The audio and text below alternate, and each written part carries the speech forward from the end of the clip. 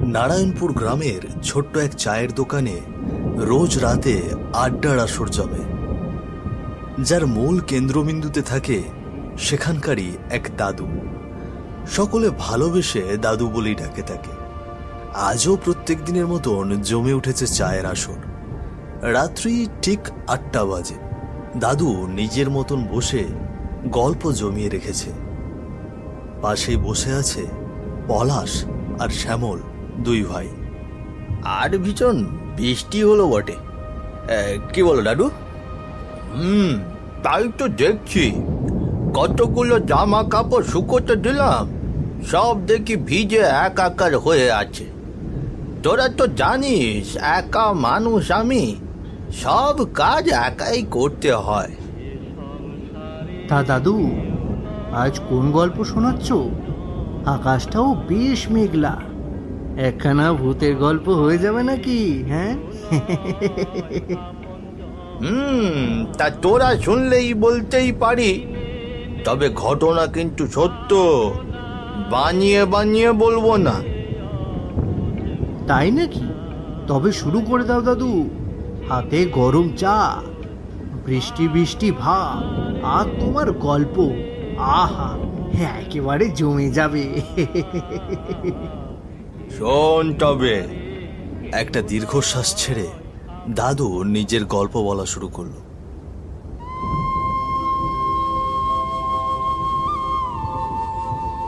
না, সারাদিন পার হয়ে যাচ্ছে, একজন চুল কাটতে এলো না।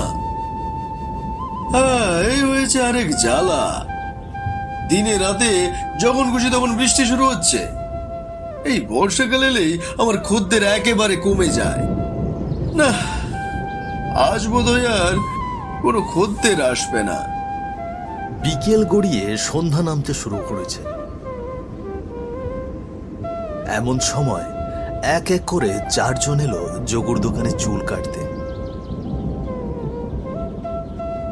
এটা দেখে যোগু ভীষণ অবাক হলো। শুনছো ভাই, চুলটা একটু ছাটাতে এলাম। আগে এসেছি তাই আগে আমার কাজ সারবে। হ্যাঁ, আর আমি তারপরে। আরে আমার একটু তাড়া আছে মশাই, বুঝলে তো, আমাকে কিন্তু তারপরে দিতে হবে। আমি আছি, শিগগিরই হাত চালাও। আরে হ্যাঁ, সবারই চুল কাটবো। এক এক করে চেয়ারে বসে পড়ুন। তা এত দেরি করে এলেন কেন? বিকেল গড়িয়ে সন্ধে নেমে আসছে যে। আর কি বলি ভাই, সারাদিন যা বৃষ্টির অবস্থা, এখন নামে কি আর তখন নামে, বুঝলে তো? হ্যাঁ বুঝেছি, বসুন, কাটছি। সন্ধে পেরিয়ে প্রায় রাত নামতে চলল। এমন সময় বিনু, মতি সহ দাদু এলো যোগুর দোকানের সামনে। বাকি 3 জনের চুল কাটার পরেও এখনো একজন বসে আছে যোগুর দোকানে। কি রে যোগু, সন্ধ্যা নেমে এলো, তোর এখনো কাজ শেষ হয়নি? বলি রাত পার করবি নাকি? বলি সন্ধ্যার পর যে ওই রাস্তাটা তো ভালো নয়, সেটা কি তুই ভুলে গেলি? কিচ্ছু ভুলিনি। আসলে সারাদিন বসেছিলাম, কিন্তু এই বিকেলের পর হুট করে এক এক করে 4 জন এলো।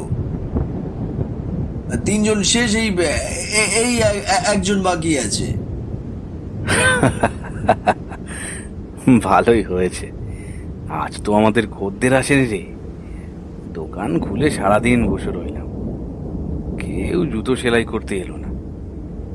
ভগবানের আশীর্বাদে আমার মাছগুলো সব বিক্রি হয়ে গিয়েছে। হ্যাঁ, আমিও সবজি কিছুটা বেচতে পেরেছি। বর্ষাকাল এলে তো মানুষজন আর বাজারে আসতেই চায় না।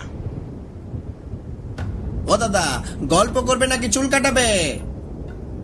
দাদা, আজ চুল না কাটলে কি হয় না? মানে আসলে আমাদের ওদিকটার পথ তো খুব একটা ভালো নয় তো, আমরা সবাই তাই একসঙ্গে যাই।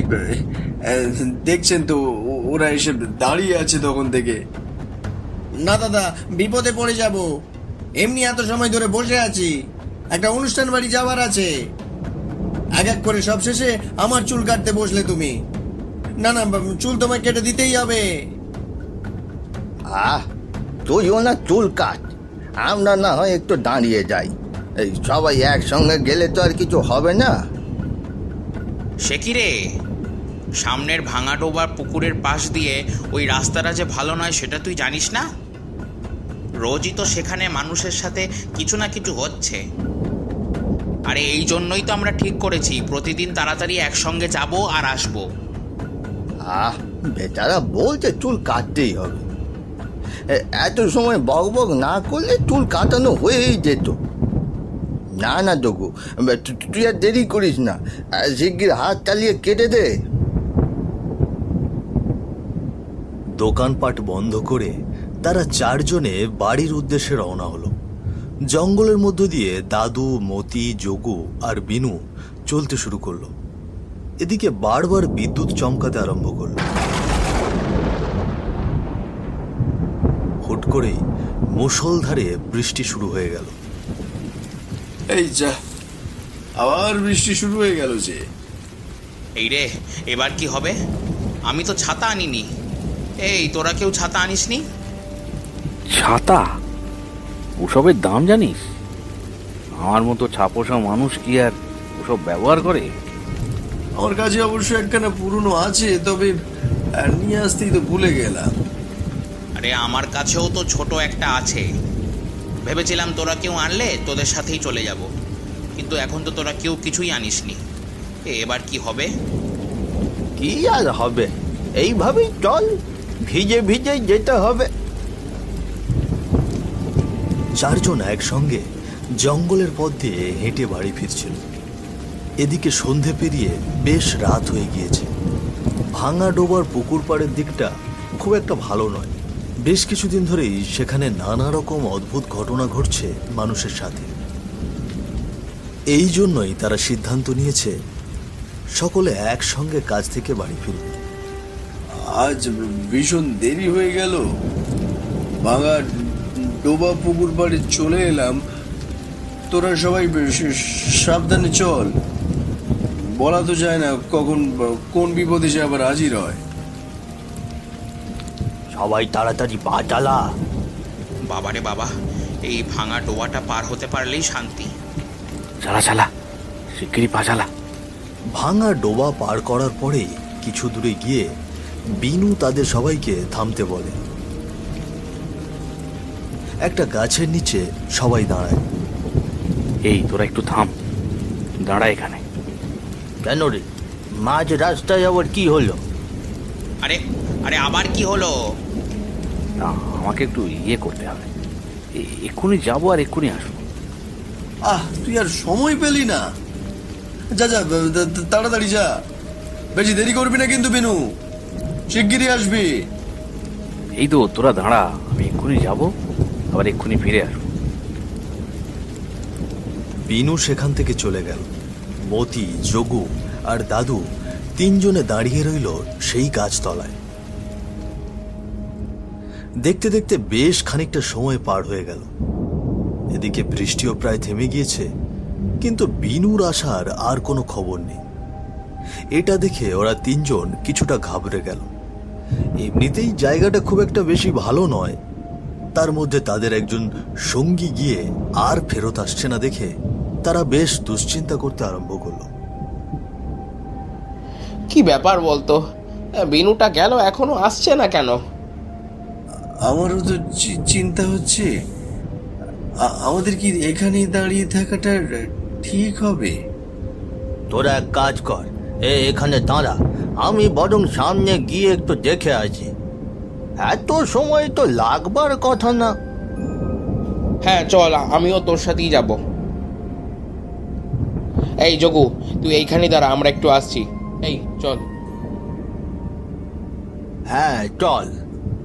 হ্যাঁ, আমাদের জিনিসপত্রগুলো এইখানে রেখে গেলাম। আমারগুলো এখানে রেখে গেলাম, দেখে রাখিস।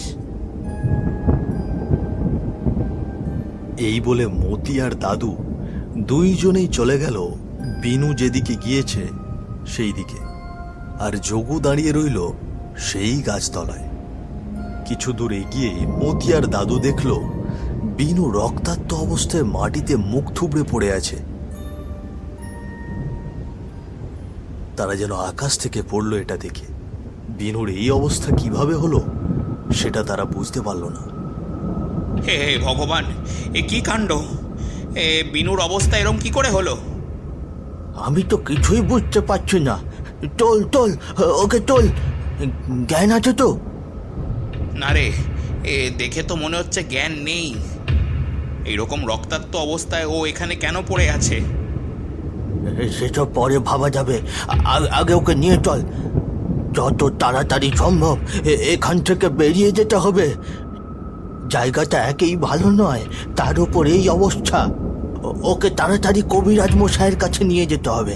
দাদু আর মতি দুজনেই বেশ কষ্ট করে বিনুকে তুলে নিয়ে আসতে লাগলো যোগুর কাছে। যত তাড়াতাড়ি সম্ভব তাদেরকে কবিরাজ মশাইয়ের কাছে নিয়ে যেতে হবে। কিন্তু এইখানে এসে ঘটলো আর এক অবাক করা ঘটনা। যেখানে যোগু দাঁড়িয়েছিল সেখানে আর সে নেই। এবার ভীষণ ঘাবড়ে গেল ওরা দুজন। যদি এখন যোগুর অবস্থা এইরকম হয় তবে কি করবে সেটাই ভাবছে তারা। এবার কি হবে? যোগুটা গেল কোথায়? আরে আমার কিন্তু ভীষণ ভয় করছে। এই চল তো গ্রামে গিয়ে কয়েকজন গ্রামবাসীকে ডেকে নিয়ে আসি। আমার মনে হয় না যে আমরা যদি এখানে একা একা ঘুরি আমরা বাড়িতে নিরাপদে ফিরতে পারবো। রেনুকে এখানে এরকম অবস্থায় রাখি, তারপর আরও কয়েকজনকে নিয়ে এসে আমরা জগাকে খুঁজতে বেরোই। আমারও সেটাই মনে হচ্ছে। বিনুকে আগে রেখে আসি, তারপর যোগুকে খোঁজা যাবে। চল। বিনুকে ধরে ধরে কোনো মতে নিয়ে যাওয়ার সময় কিছু দূরে গিয়ে তারা দেখল সামনেই যোগু অজ্ঞান হয়ে পড়ে আছে রাস্তায়। এটা দেখে তারা ভীষণ ভয় পেয়ে গেল। হায় হায়, এ কি? এটা যোগু না? আরে হ্যাঁ, তাই তো। এই চল চল চল, ধর ওকে, ধর। এ কি অবস্থা হয়েছে ওর? কি হচ্ছে আজকে এইসব বুঝতে পারছি না। আমাদের একদম বাজারে দেরি করা ঠিক হয়নি রাত পর্যন্ত। এখন কি হবে? এই এই এই, আমার মাথায় তো কিছুই ঢুকছে না রে। আমার মনে হয় নির্ঘাত আমরা সবাই আজকে মারা পড়ব। হে হে ভগবান, তুমি রক্ষে করো ঈশ্বর। আমাদের যে করেই হোক কিছু একটা করতে হবে রে, নইলে আজ কপালে দুঃখ আছে। এদের দুজনকে নিয়ে এবারে ফেরত কিভাবে যাব? এই তুই দৌড়ে গিয়ে একবার গ্রামে খবর দিয়ে আয় না। আরে কয়েকজন এলে তো আমাদের একটু সুবিধা হবে। আমি এখান থেকে গ্রামে যাই আর এদিকে তোরও কোনো একটা অঘটন ঘটুক, তাই না? না না, আমাদের দুজনের একদম আলাদা হওয়া ঠিক হবে না এখন। তবে তো আর কোনো উপায় আমি দেখতে পাচ্ছি না। এমন সময় তাদের সামনে আসে এক বীভৎস রূপধারী আত্মা। সারা শরীর যেন পুড়ে ঝলসে গিয়েছে তার। চোখ দুটো টকটকে লাল, মুখ থেকে বেরিয়ে আসছে এক হিংস্র আওয়াজ। হুঙ্কার ছেড়ে সেই আত্মাটা বলে উঠল,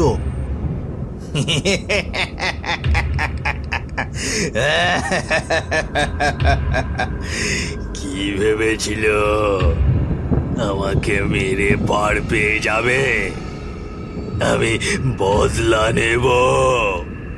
আমার মৃত্যুর জন্য দায়ী একমাত্র ও।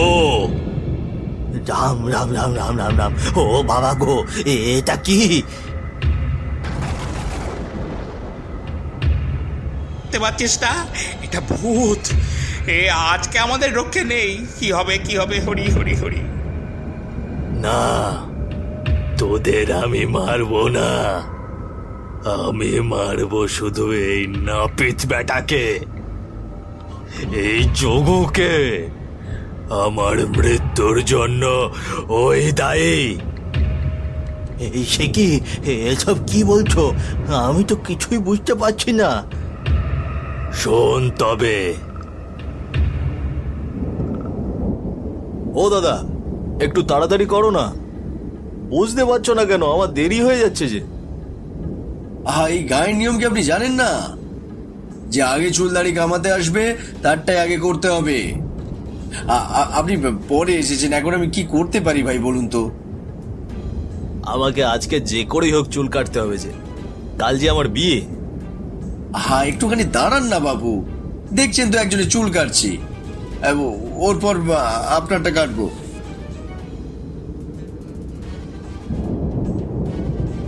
আজ বড্ড দেরি হয়ে গেল বাজার থেকে ফিরতে ফিরতে। বাড়ি গেলেই মা নিঘাত কথা শোনাবে। আর একটু আগে যদি চুলটা কেটে দিত তবে এতক্ষণে বাড়ি পৌঁছে যেতাম। ধুর, ভালো লাগে না। এমন সময় আচমকা আকাশ থেকে বাজ পড়ার শব্দ হলো। বাজটা পড়ল কানাইয়ের ওপরে। সমস্ত শরীর ঝলসে গেল তার। চিৎকার করে দাপাদাপি শুরু করতে লাগলো কানাই।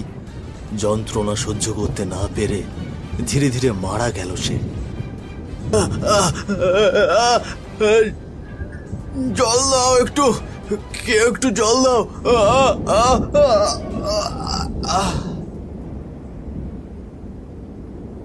সেদিন যদি হারামজাদা আমাকে একটু আগে চুলটা কেটে দিত তবে আমাকে ওরকম বেঘরে মরতে হতো না।